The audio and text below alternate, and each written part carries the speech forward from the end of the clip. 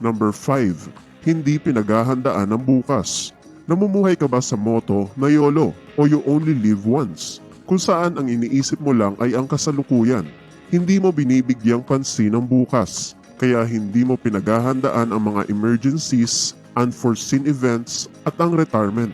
Alam mo ba na ang mga taong namumuhay sa ganitong paraan ang madalas na nakakaranas ng financial stress dahil sa kawalan ng pagpaplanong pinansyal?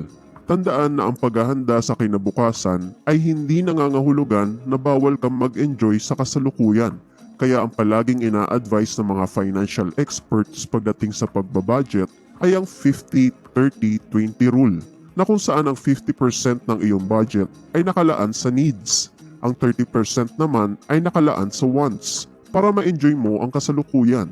At ang 20% naman ay nakalaan sa savings para sa paghahanda mo sa iyong kinabukasan.